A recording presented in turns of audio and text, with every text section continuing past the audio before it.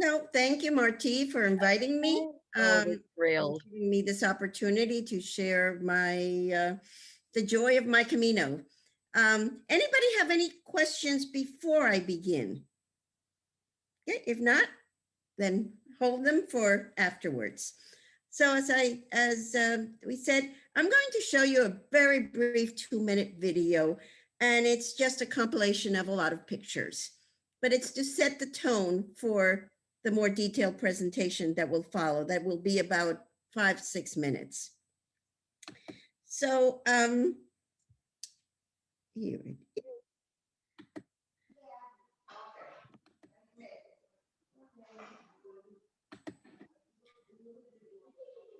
Okay. Can everybody see the screen? Everybody see this? I guess you're muted. Yep, I can see it.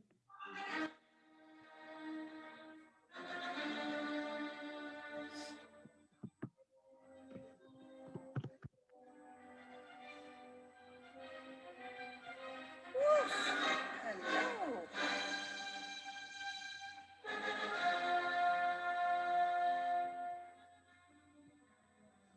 Very rich valley. We're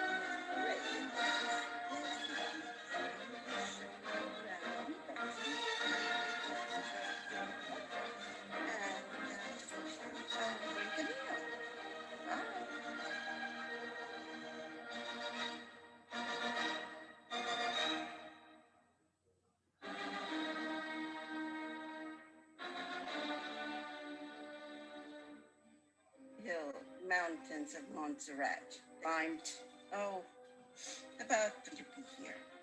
And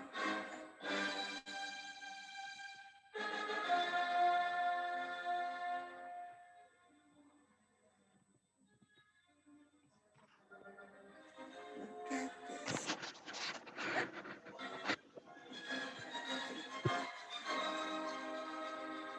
My thoughts and views. Right down below is Manresa over the bridge, and right in front of them, this is the town of Manresa.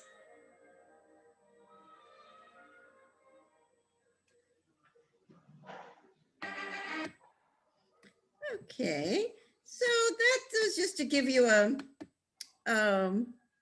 flavor for what I'm going to talk to you a little bit more in detail during my presentation. Here we go.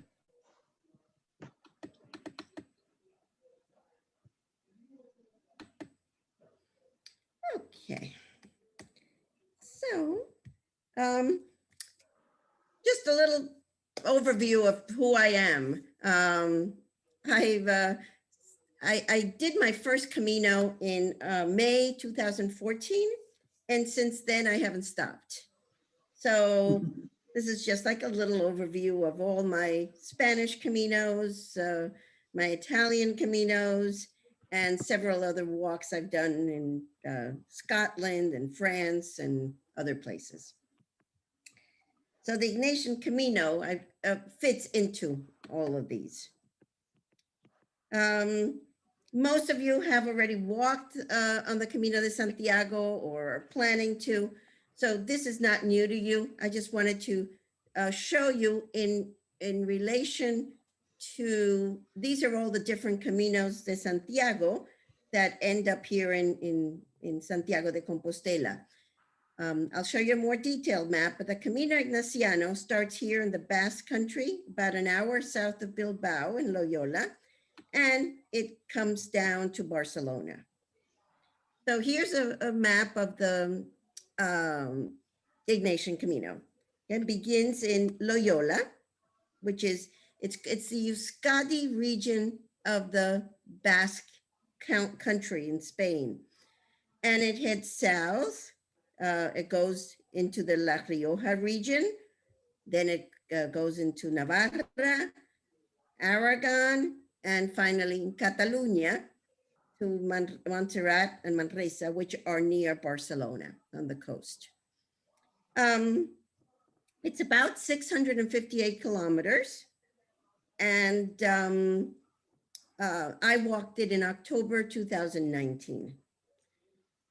Let me tell you a little bit about the history of the Ignatian Camino. It retraces the walk of Ignatius of Loyola from Loyola to Manresa. And it was a period of his spiritual transformation. Ignatius was a very wealthy young man, aristocrat, but his family fell into bad fortunes. They lost their wealth. He entered the military. And while he was in the military, in one of the battles of Pamplona, he was seriously injured and could not even walk. So it was, he lived in the 1400s, late 1400s. It was during that period while he was convalescing that he began his spiritual quest. He realized that his life, had been too materialistic, and subsequently he walked. His goal was to reach Jerusalem, which at that point was the center of Christianity. But while he was still in Spain, he ended up spending about a year in Manresa, where he wrote what became the foundation of the Jesuit spirituality, something called the Examen. It's a spiritual guide. And those of you more familiar with the Jesuits, can probably elaborate on it afterwards. It begins in the Cathedral of Loyola, and this is the Cathedral of Loyola, and it's the birthplace of Ignatius. And it ends in the sanctuary of La Cova of St. Ignatius in Manresa in the Catalunya area. It's called La Cova because it literally was a cave. And this edifice was built over the cave where Ignatius wrote for about a year his spiritual guide. A little bit about my specific Camino in October 2019. It's broken down into 27 stages, but as you all know, stages are arbitrary.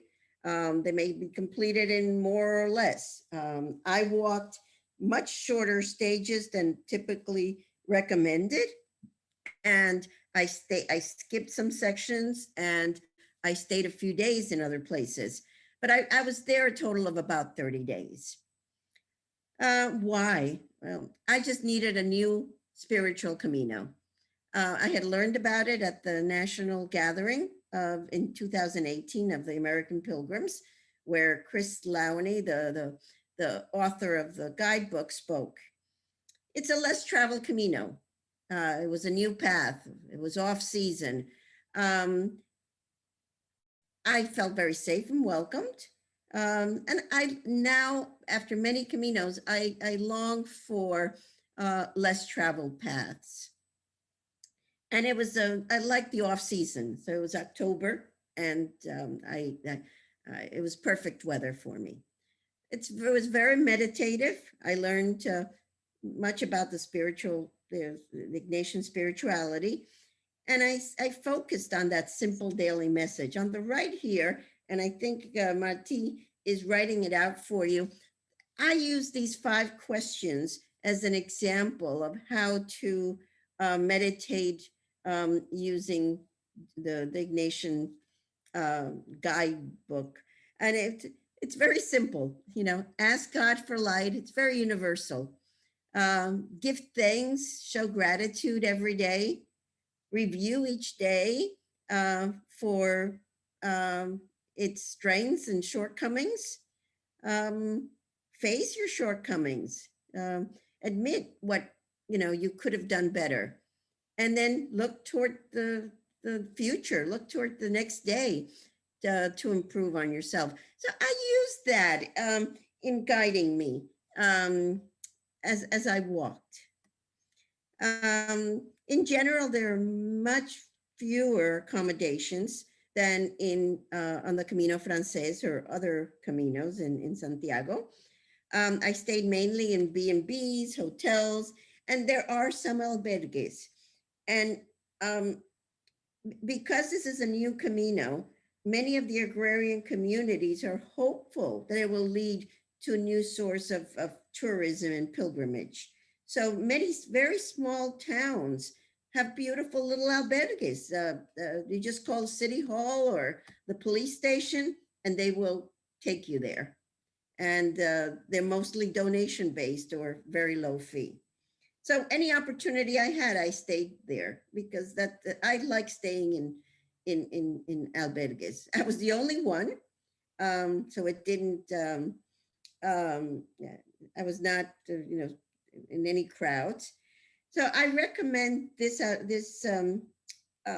Camino for those seeking less traveled paths. It is a little bit more varied and difficult terrain. And definitely you do need to use GPS tracks, not just the guidebook. You need to be better oriented with the GPS, so you make sure you're in the right spot. These are some of the symbols and things that guided me around the Camino. There are arrows, just like the Camino. There are yellow ones and orange ones and green ones. And this down here with the sun is the symbol of the Ignatian Camino. And you'll see why at the end when I show you the mountain of Montserrat and the sun shining through. So it shows from the Cathedral of Loyola to the Montserrat area. I used maps, I used GPS, all kinds of ways to get around. These are some of the resources that I used. The guidebook by Chris Lowney and Father Jose Luis Iriberri is the basis for this Camino. It was recently updated, I think last year. It's very thorough. It shows maps, elevations, GPS tracks, preparation, history, and it even serves as a spiritual guide. Then there's a website called the Ignatian Way, and it's in several languages. And it contains everything that's in the guidebook, but then it gives you access to some of the authors.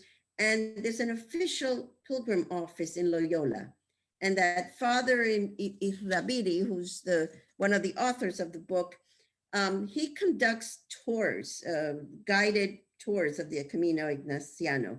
If you're interested in not doing it alone, he takes groups. And then there's a Facebook group called the Friends of the Ignatian Camino, where you can ask and interact with past and future pilgrims.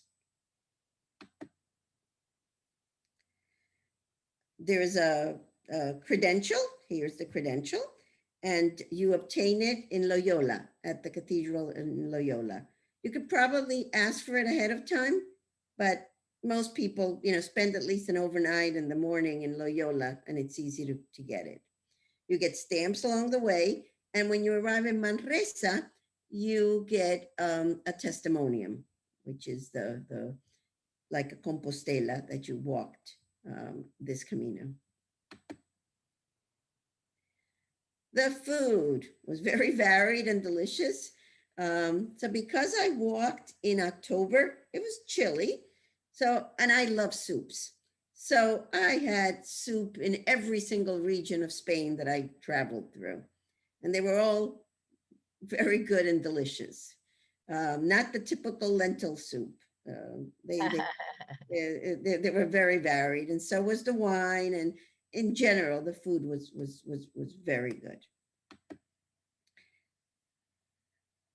These are pictures of some of the accommodations I stayed at, so you can see how they varied. The first one in Loyola, the Hotel Arrupe, is adjacent right next to the cathedral. And it's a very old historic hotel. Um, Not fancy at all, but very historic. There's little castles, like this one in Legazpi was like a little castle, and so was the one in La Guardia. This third one it was a truck stop. Uh, it was in a region that had didn't have. I would have had to take a taxi to or from some other place, and there was a big truck stop, so it was great. I could do my laundry, and I could eat dinner at 5 o'clock, which is not typical in Spain. You know that you have to wait until 7, 8 o'clock. But in a truck stop that's open 24 hours a day, you can ask for your dinner at any time. This was a quaint B&B. I highly recommend it if you go if you go in Genevilla. Um, this was an albergue. This was actually an abandoned matadero. What is it called? Where animals are butchered. What's it called? Well, whatever. And then this is in Manresa. So you see the hotel here. It's built right into the rocks of Manresa. So the accommodations were each unique and interesting.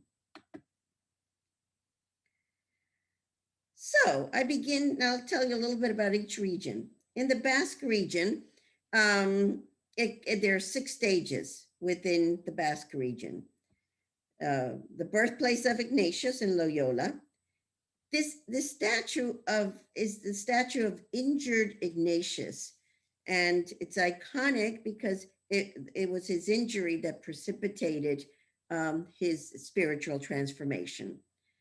As you go along, you encounter several churches that have a connection with Ignatius during his walk, and this one is in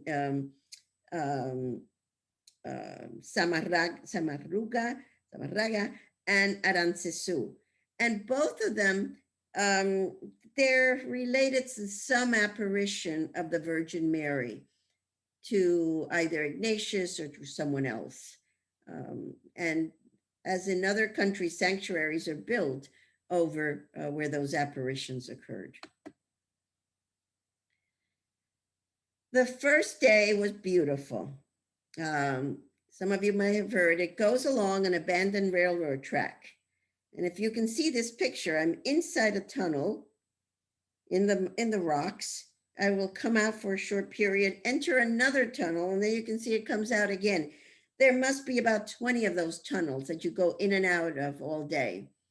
And again, I found it very symbolic because one of my guiding thoughts was light. Seek the light. And each time I went in and out of these tunnels, it was like I was in darkness and then I was in the light. And it just impressed me tremendously that I was surrounded by that light. The second day is one of the most difficult of any Camino, and it's the walk to Arancesu. It's a very rocky, steep climb for about, the overall distance of that stage is maybe 22 kilometers. About a third of it is very rocky, steep. And then to top it off, it was foggy and raining and with hail. So once I reached the top, which is this picture is at, there was zero visibility. So I really needed those GPS tracks to guide me. Then the third day, I was about to give up on the second day. The third day, it was lovely. And I felt like I was, a character in The Sound of Music in the hills of the Basque Country. Now I entered the Rioja wine region. And there's 5 stages within that region for about 105 kilometers. For those of you who have walked the Camino Frances will recognize this is Navarrete, where I'm having the grapes, and this statue is in Logroño. The Camino Ignaciano and the Frances overlap in between those two cities, between Navarrete and Loyola. And again, it's in the wine region. And it was very interesting to be walking backwards on the Camino Frances. People would be asking me, "You're going in the wrong direction." I'm like, "No, no, no. I'm heading towards Manresa." So I had to tell them all about the Ignatian Camino. This is inside the cathedral in Navarrete. There's a statue of Ignatius. The section between in Navarra, it's only 2 stages for about 60 kilometers. They're 2 very long stages. I did not walk those. Along that area, the Camino parallels the Ebro River, and the Ebro River traverses about 1/3 of Spain from the Rioja region all the way to south of Barcelona. And a lot of this Camino will be along the Ebro River from there on. And I just took those pictures from the train. This sculpture here, somebody gave me permission to use this lady. It has a statue of Santiago going in one direction and Ignatius going in the other direction, just to show you the overlap of the 2 Caminos. I went to Zaragoza, and Zaragoza the Camino goes through Zaragoza, is one of the major cities in Spain, and it coincided with the feast day of La Virgen del Pilar, which is a huge, week-long religious cultural festival. And so this is in Zaragoza.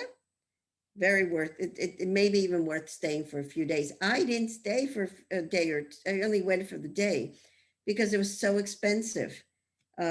People come from all over Spain. I could only get a room for like 200 euros for the night. And I didn't feel that it was worth it to me too. And I had to book 2 nights. That was the minimum they would let me book it. So everything is booked way in advance. So if you're planning to be in Zaragoza anytime near festival time, you have to book in advance. But it was okay to go just for the day. I got to see a lot of the festivities. Okay, from Zaragoza, you're now in Aragon. There's a section of this Camino called Monegros. And the Monegros section, the way I describe it, is very moon-like. It's like a desert with moon-like terrain. I did not walk that 100 kilometers. I was running short on time, and so next time I return, I will make sure to walk the Monegros. If you ever talk to someone that has walked it, it's very difficult. For the most part, people have to take a train among stages to get a place to stay because there's not many accommodations. But now I arrive in Catalunya, and there are 7 stages, 190 kilometers, and I walk from Lleida to Manresa, climbing to the Montserrat Mountains. So this is very rich, very, very flat and fertile. They grow a lot of apples and pears. Here it is. I'm having one of the apples that I picked up on the ground. And the towns are, again, beautifully and very historic. And all of them had wonderful accommodations for me. And this is my favorite part of the Camino. It's arriving in Montserrat. I call it like being heaven on earth. And Montserrat, again, it has very deep Ignatian spirituality because Ignatius received it was one of his very strongest awakenings happened in Montserrat. And it's this beautiful mountain. This is a silhouette of it from, you know, two different angles. And you can stay there. So I strongly recommend that if you go, that you spend at least 2 nights just savoring its remoteness and spirituality, seeing the sunrises in the morning. It's a wonderful experience. During the day, it's very crowded. It's very touristy. All the tourists from Barcelona take a day trip there. But by 5, 6 o'clock in the evening, they're leaving. So you have the place all to yourself to, you know, reflect at the church or in the mountains, whatever you want to do. And here's Manresa and La Cova. So this is the final destination. It's very emotional. It was emotional for me to arrive there. You can stay overnight here in the spiritual center, the spiritual retreat center. I spent 2 nights. People go there for week-long retreats. I was not part of any retreat, but they had room for me, and I just stayed there. And I shared my meals with some of the people that were staying there. And this here is the inside of the cave, where Ignatius spent about a year writing his examen. And there's also a church adjacent to it. One of the benefits of staying in Manresa, in the spiritual center, is that you can visit this cave at any time. You can even go down at 2 o'clock in the morning. And for those of you, you know, who know anything about the Jesuit spirituality, this is one of the holiest places that, and anyone would love to visit it. And then you can't leave that area without visiting beautiful Barcelona.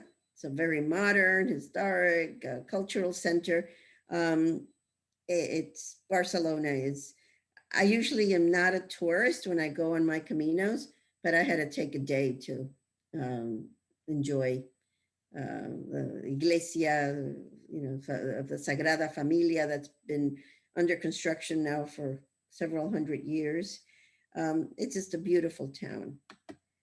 And last but not least, I wish you that you were granted light and that you ask God for light. And now I go back. This is a picture that I took. And if you see, this is the symbol of the Ignatian Camino. And this picture very nicely reflects it. So that's it. And thank you for listening. So now if anybody has any questions, I'm happy to entertain them.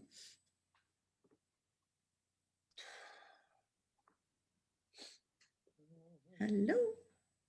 They're there. Everybody's there. I Carol and talk too John. much, huh? Carol and Don, I think we're up first. Oh, you're on mute. You're on mute. You're Yeah. on mute. Hi, my name is Carol Zeal. My husband Don Couts. We've not done a Camino, but we're thinking about it. And I just wondered maybe what you all would recommend as which Camino to do for the first time. We also prefer to not be in the midst of all the tourists, or to be. I've heard some of them are right close to the road and they're jam-packed with people. What would be your recommendations? Well, I would not recommend this particular Camino for a first time, unless you have some real reason, real connection, perhaps with anything that I've mentioned. If what I have said triggered an interest in you, then by all means. If you want to experience the magic of the Camino, the most first-time people experience, I really do always recommend the Camino Frances. And the reason for it is that it's just easier to navigate. It the infrastructure is there for you to go as a pilgrim, much easier than some of the others. Study them all, and choose them. If there's a region of Spain you're more interested in, if you're interested in Portugal, then the Portuguese Camino. It's really a personal decision, and you need to research a little bit about each in order to decide. Now, post-COVID, things will change. I don't know how they will change, but they will change. And so don't use too much our experiences from these past years for yours. And I'd be happy, in private to talk to you about some of the changes that I anticipate that will make it different. For example, the communal dinners and the communal kitchens may be disappearing. The ones that have existed in the past on all of the Caminos, but mostly on the Frances. And that's not a game changer, but it's something to consider. In terms of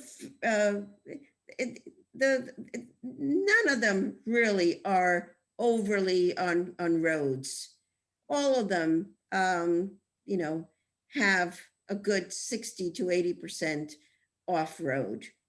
So, undoubtedly you have to go through towns, you have to go through cities. This is not the Caminos are not meant to be hikes in the woods. They're connecting towns. And so you do need to crisscross the different towns. That's just my opinion. Elena and then Carolyn. Okay, so Rosa, I just wanted to tell you, I don't know if you saw my chat, that I did follow you when you were on yours, because I'm also on the Friends of the Nation Camino Facebook group. So I even commented a few times. You probably don't remember me. I will look you up. Yes. But anyway, no, I just wanted to say, I wanted to add to something you said, but also I've only done one Camino, and my very first Camino was this Ignatian Camino, which I did in 2017.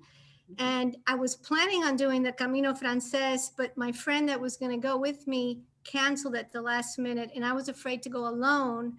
So I started looking for a group, and by some, divine intervention, I ended up with the Ignatian Camino, and it was led by Father Jose, who is one of the authors of the guidebook. And it was my introduction to Ignatian spirituality. And now I feel like I'm a Jesuit. So it was an incredible experience for me. And Rosa, I wanted to tell you, because I heard from Father Jose actually today, coincidentally. In 2023, he is going to add the last piece, which is from Manresa to Barcelona. Oh, nice. That's going to be part of the walk, because St. Ignatius went from Manresa to Barcelona in 1523. So in 2023, it's going to be the 500th anniversary. And so he's adding that last piece. Thank you.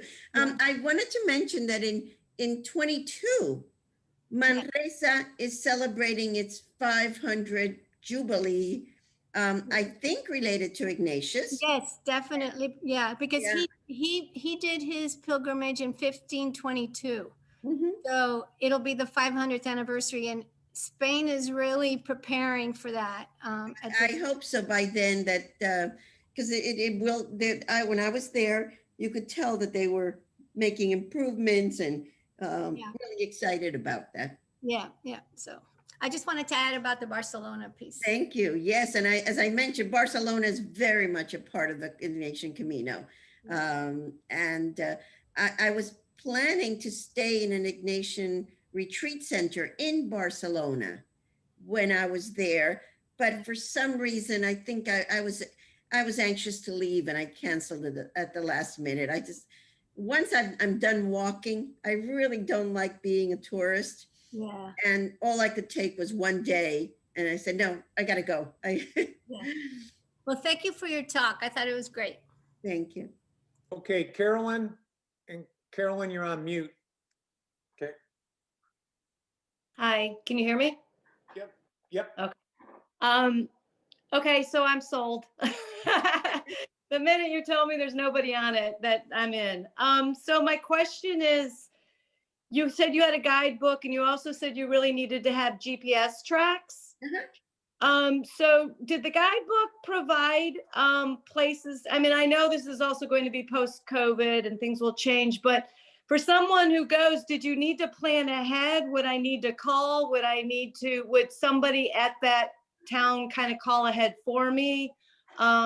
Just kind of thinking some logistics in terms of how I find a place to sleep that's Yeah. not necessarily a top-notch hotel. The book has a list of accommodations, and I used a lot of those. It is recommended that you book in advance. Okay. Okay. And even if they're out of the way places, if it's like a B&B type place, or if it's where you can get it, but you have to make these plans in advance. You can get a taxi to wait for you at the end of someplace, to take you someplace. Most of the accommodations and the taxis and the restaurants, they will speak English. So, Well, I speak Spanish, so I'm okay with that, or enough to Okay, get by. okay. But yes, Um, you will be given email addresses. And what I did was I emailed ahead of time. Some of these places I was able to book on booking.com. They mhm. were very reasonable. October 2019, everything was probably 40, 50 euros. And were they aware of when you booked there, did they know what you were doing, that you were a pilgrim, or were you kind of an anomaly? If I did it on booking.com, no. Right. If I did it by email, yes, then I would Okay. identify myself. And even if I did it on booking.com, they give you the contact information and you can contact them yourself. And Well, I was more curious if they were aware of the pilgrimage itself. they you are, know. because the places that I stayed at are the ones listed in the guidebook. Okay. Okay. There were a couple of places I stayed at that were not in the guidebook. As example, I stayed in this castle that cost me 180 euros in LaGuardia, simply because I know a couple that went and they stayed there and they told me about this beautiful, cute little castle all to themselves. I said, I've got to do it. So I splurged. And that was not part of the guidebook. Sure. And then the GPS tracks. So is there some sort of formal thing that you can download? And you're Yes. saying you just follow it even if you have no cell coverage? Correct. Okay. In the website, Mhm. you can download them from the website. They're on Got Wikiloc. You've heard of Wikiloc? Yeah. Or else they're actually, you can download them just from the website itself onto your computer and then onto your phone. And then if you've used them before, you know how to, you can use them without internet. Right. Okay, thanks. Anybody else? I do not see any hands up. Up, John Skeeto. John, you're on mute. John, you're on mute. There you Oh, go. I'm not. Just a quick question. I thought I saw it on Rick Steve's side, or maybe it was at the gathering 2 years ago. But if you stay at Montserrat, I believe it's free, right? I mean, it's just they like pilgrims there. Tourists aren't allowed there. Is that correct? No. Montserrat is a big tourist destination. But as Um, far as at the, There is a hostel. They both have the same name, the hostel and the hotel. They're not free, but the hostel is very reasonable. And the hotel, it's called Cisneros. Cisneros was some famous guy, and I think both of them have the same name. The hotel is very much in demand because there aren't many accommodations. but So where you stayed, yes, I stayed in the hotel. what about in that cave area? Oh, in the retreat center in Manresa, I stayed in the retreat center. Okay, okay. Very reasonable. Again, not cheap, but maybe 40, 50 euros, including breakfast and dinner. So very reasonable. Okay. There's nothing free. Great presentation, by the way. Yeah. Thank you.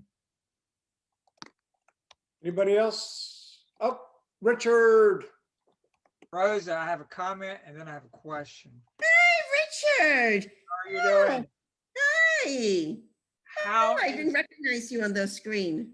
how is the Camino going to exist without your soups? Yeah, when we walked the Camino in 2015, we would look for Rosa because we would know that she was somewhere preparing a soup, and she did this almost daily. And when you said the communal meals are going to go away, I I know. thought about your soup. I know. So where's Carolyn that you said that you're going on your first Camino? Did she leave, Carolyn? Who was the one that asked about her first Camino? And I mentioned the communal kitchens. No, Mike, I'm here. This is Carol. I was the Oh, one who brought Carol. that up. okay, the communal kitchens, have disappeared already. Whether or not they'll come back is really up in the air. It's really not in the private alberga's best interest to have kitchens because they'd rather feed you and charge you, restaurant meal price. But yes, so Richard, I am going to be missing that. So Richard and Sherry, I met on it was my second Camino. Yes, it was my second. And we made a very nice connection. I don't know if you heard, Sherry had to step out. She's in, we have downsized. We're in a townhome now, and she is in her first HOA board meeting. Oh, okay. I thought maybe you were in your trailer. I'm in the camper in the back of the garage. So my question is, when you say you need to reserve rooms ahead of time, is this like 48 hours, or are you talking about, do you really have to schedule it out? How did you do that? Okay, the time that I went was not busy. Let's put it that way. So I probably could have shown up and gotten a room anywhere. Right. But for my own peace of mind, and the fact that I plan out my day pretty carefully, knowing my limitations. If I know that it's a 25-kilometer day and I can only walk 15, depending on the elevation and what else, most probably if there is no accommodation within my walking range, I have to make it advance. I have to book a taxi, right? To meet me somewhere, to take me somewhere, either in the morning or at the end of the day to where I'm going to be staying. And therefore I need to know where I'm going to be going. So for me, it's become very important to book in advance so that I can walk within I call it my physical limitation. I cannot walk 25 kilometers anymore, especially with altitude. So I need to research it ahead of time. And also because I walk alone. I like in remote areas for someone to know that I'm coming. So I may call them a day or two ahead just to confirm. But it's more to establish a connection that, hey, you know, I'm coming. And I feel like someone is waiting for me, as opposed to just off on my own with nobody knowing, you know, where I am at any time. So I like being alone, but I also like to be connected. That makes good sense. Yeah. So if it was summer, you know, places, you know, may get booked. It all depends because these there are groups like who was it that said she went with the group? You know, so there may be a group of 10 people and they may be booking a place ahead of time. So you need to know if some place is all sold out, you need to know so you can find another place. Anybody else? Yes, Marty. Rosa, tell us about, whenever you and I chatted, you mentioned that you only encountered a few pilgrims. Could you share with at least one or two experiences you had with the pilgrims that you did encounter on the Ignaciano? I walked at the same time with a gentleman from Singapore. We never walked together. We coincided one day, and it was because I slept 2 nights in one town. And he was always a day ahead of me, or more.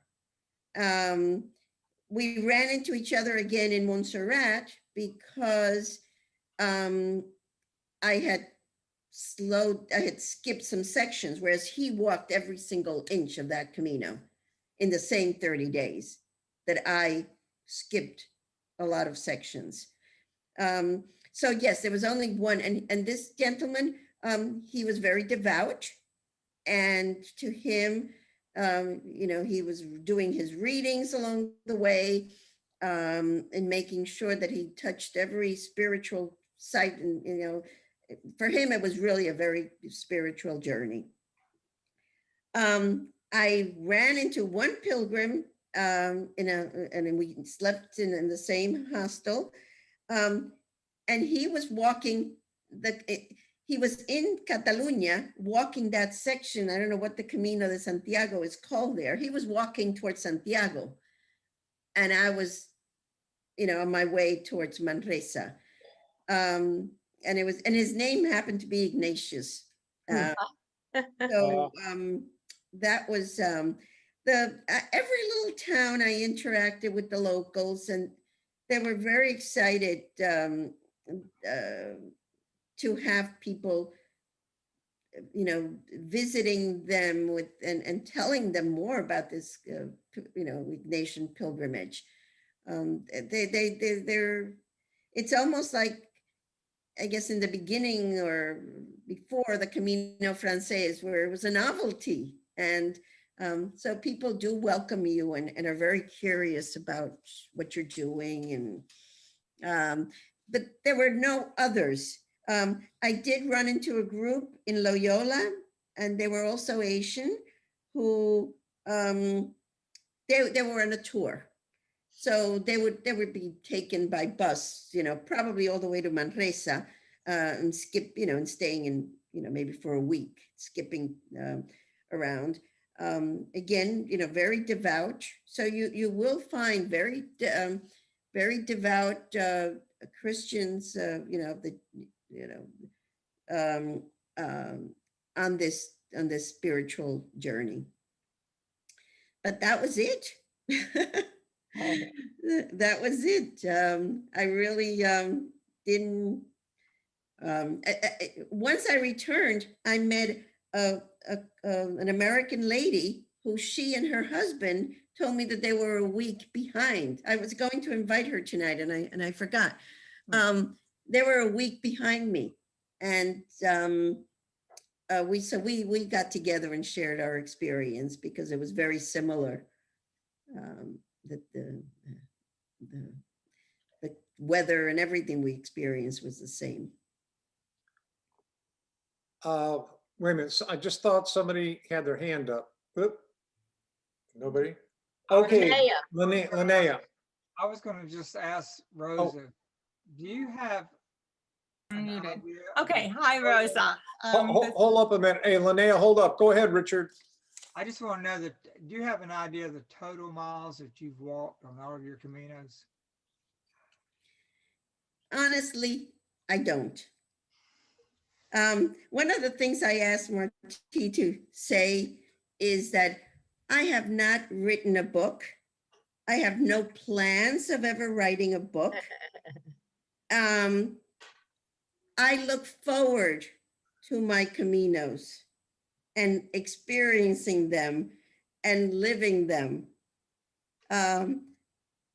This is actually one of the first times I documented my Camino. And it was because of COVID. I normally spend my time planning my next Camino. So no, I have not tallied my mileage. That doesn't matter. On average, my Caminos, the more I do, the less I walk. So, let me just put, the last one I did was in January of 2020. I snuck to Italy and I did another, I did a small section of the Via Francigena, a new section. And I walked about 10 days and I probably covered 120 kilometers. So to me, it's not about mileage. I'm more about savoring them now and experiencing them. So you can extrapolate. I don't know. It I love doesn't that last part, matter. savoring the now. All right, Linnea. Okay, Rosa, I was going to ask you about the Via Francigena because I did the walk with the group of 12 south of Rome it was spring of 2019, and we were planning to go back again Okay. in So did you follow 2020. the Yes. group of the Dodici? You met people like Giuseppe and Giuseppe and Franco and yeah, nice. they were just wonderful people. And I was looking at their Facebook pages, and I'm like, oh, there's Rosa. She got this. But so you did get to meet some of those people. Oh my God, they were delightful. Yeah. Again, it was I went the first two, middle of January of 2020, in the middle of winter, but no other pilgrims. Right. And this Gruppo de Dodici, this group of Italian volunteers, it was just so nice. They actually, the first day they came out to meet me on the trail. So I have these 4 men, and I guess they thought that I was a fast walker. So they expected me to arrive at 1 o'clock, and here I showed up at 3:30.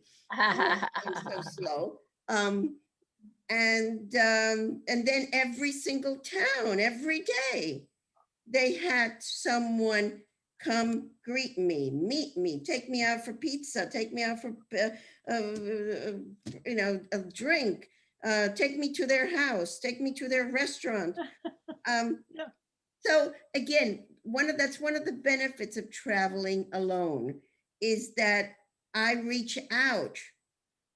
It's not that they reach out to me. I reach out to them, and they embrace me, and I just take it all in, sure, because I need that company. I need that reaffirmation that I'm not totally alone. I had quite an experience. I'm sorry, I'm talking too much with this Giuseppe guy. I had veered off the road, the trail. I didn't know it, but GPS tracks. It was so close where I was to where I was supposed to be that I thought I was on the right track. But it didn't feel right. It just felt like something is wrong. This shouldn't be. So I called him up at 8:30 in the morning and I said, Giuseppe, something doesn't feel right. So I took a picture of where I was and he says, no, that's not right. So I turned back maybe 50 meters and I had missed a sign. And I was still so close, but oh my God, it was so dangerous where I was. But yes, so, having somebody to call, having somebody to when you need some help is very important, even if it's a taxi driver. And they expect you, then you're not cold calling, you're like, oh yeah, we're supposed to pick you up at 4, and it's 9 o'clock in the morning and you can't walk. We'll find you. Okay, JR and Joy, and then Vince. You're on mute. Got There you off. go. Okay.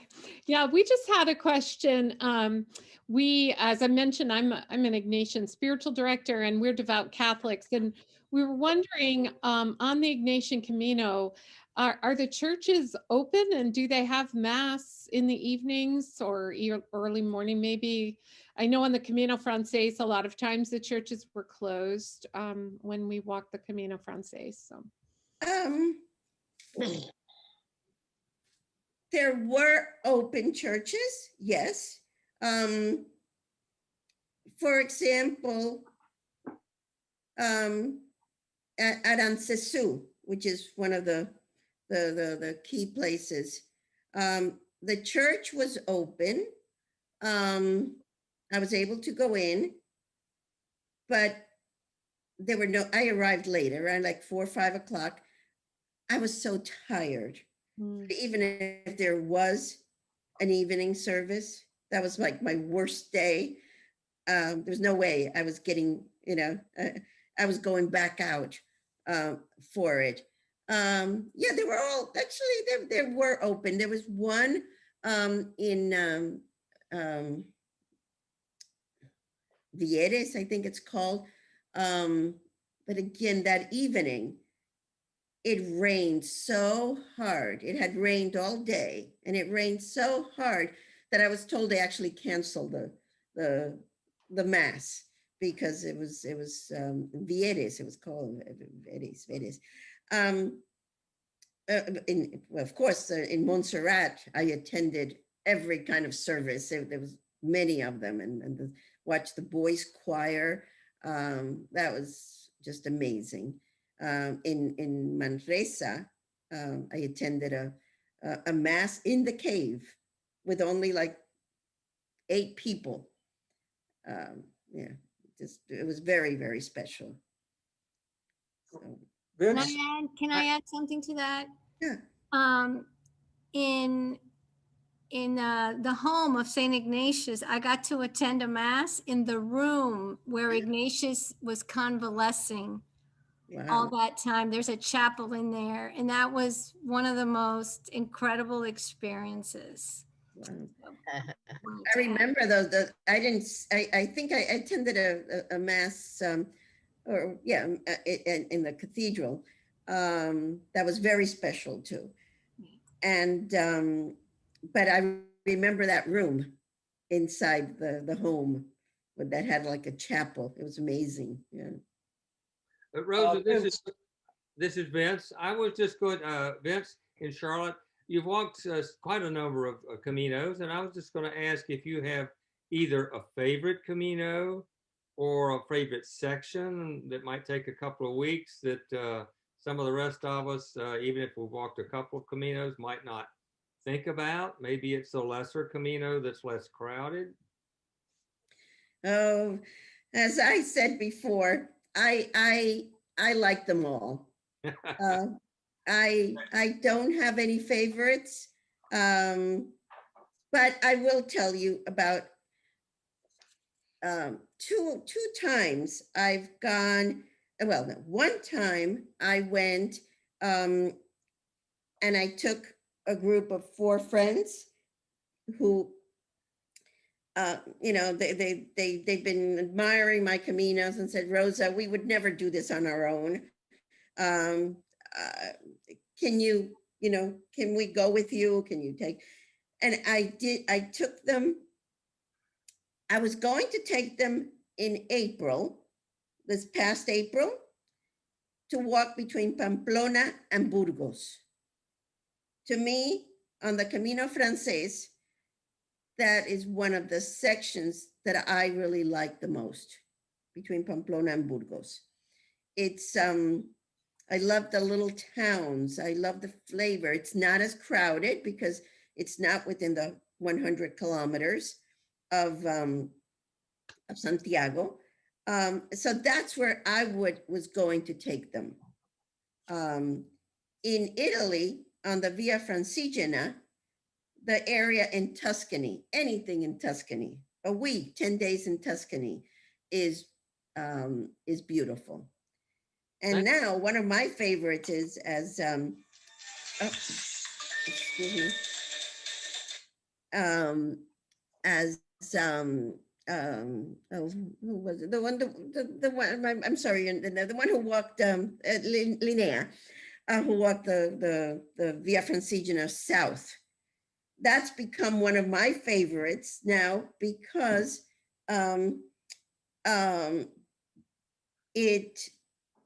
the south of Rome, it's not, the Via Francigena is not popular yet. So it's less. It's the same kind of historic and beautiful scenery, but it's not this.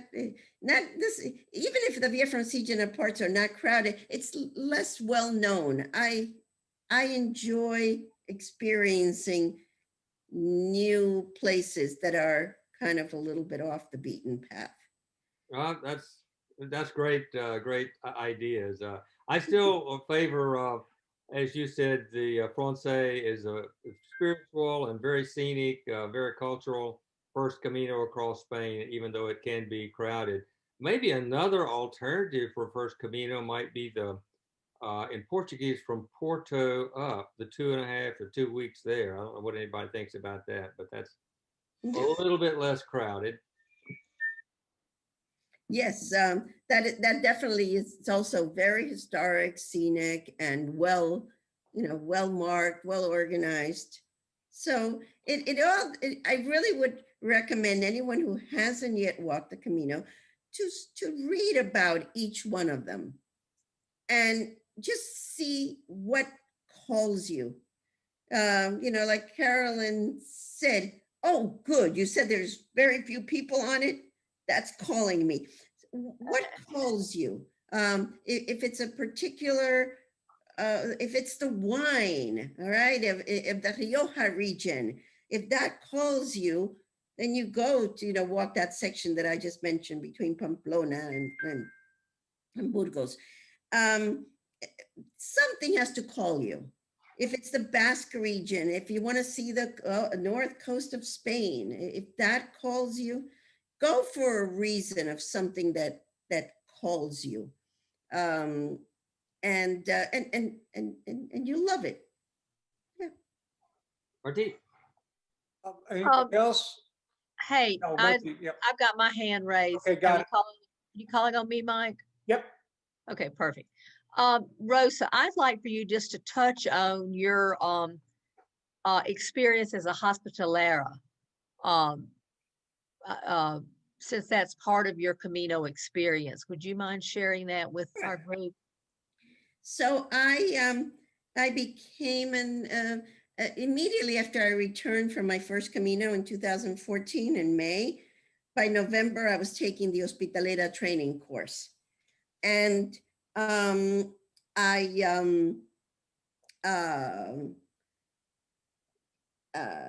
that January, for some fluke reason, I got invited to go volunteer in the Pilgrim's office for a month. And at first, when I said I would do it, they laughed and they said, who is this lady that would want to come to Santiago in January for a month? I'm like, why not? It was wonderful. Well, that got me hooked. So then from there, I by the middle of 2015, after I met Richard and Sherry, I was on my way in May to Bercianos to volunteer. And if any of you have an opportunity, Bercianos, well, I'm going to say the good old days, you know, you can have as many as 70, 80 pilgrims eating communally. And sleeping in beds and in mats and whatever, anywhere we could fit them. But it was lovely. It was just, you know, just, I like what I like about being an hospitalera is that it's very similar to walking the Camino, except you're stationary. You're meeting very interesting pilgrims, all kinds of people. Most of them are, I've had some difficult people, but it's because they were going through some difficulty. So that made them difficult in that respect. But it just, you know, they're dealing with a lot of emotions, and you have an opportunity to really help them, make an impact. So then a year later, I volunteered in Carrión de los Condes with the nuns, the singing nuns. Then I volunteered in Estella, in the the parochial albergue. This past April, I was supposed to go to Grañón, which if you haven't visited Grañón, that's another very nice albergue. That all of my albergues have been donation based or very, you know, Carrión de los Condes was not donation based, but it was only €5, almost donation based. Then, since I started walking the Via Francigena, I became connected with the Italian pilgrims, and they also have very similar traditional albergues in the same style as the Camino de Santiago. And they go through the same hospitalero training. So there are about 4 or 5 donation-based albergues in Italy on the Via Francigena. And I volunteered in 3 of them? 4 times altogether in 3 different ones. This is Vince. Let me step in just a moment. Linnea Hendrickson has put some information in the chat box. She has a slideshow on the Via Francigena del Sud, the south part. And if you go to the south, to the chat box, you can see her note and the correct spelling of her name. And she's explained how to search for her slideshow on YouTube there. So anyone who's interested can find that information in the chat box. I'm sorry to interrupt. Thank you. I was going to mention, I haven't organized my walks, but if any of you want to see more about my walks, I've been posting them on mostly on my Facebook page called Rosa's Journey. Rosa's Journey, yeah. Rosa ' Journey. And you can go back and, you know, see, so you would look under October 2019 and you'd see, you know, my daily talk about each of these pilgrimages. Anybody else? Any further questions? Well, thank you. Thank you so much, Rosa. If any of you have, you know, any other questions, feel free to reach out to me personally. Marty can give you my email, or my email is tumazos@comcast.net if you have any questions. Or you can find me on Facebook or on the American Pilgrims on the Camino, or personally through Rosa's Journey. Well, this has been a great meeting. It's wonderful to see faces from out of town, folks we don't often see. This has been terrific. Thank you. Thank you, everyone. It's a pleasure to see you, and we'll see each other again. Put me on your Yeah. mailing list.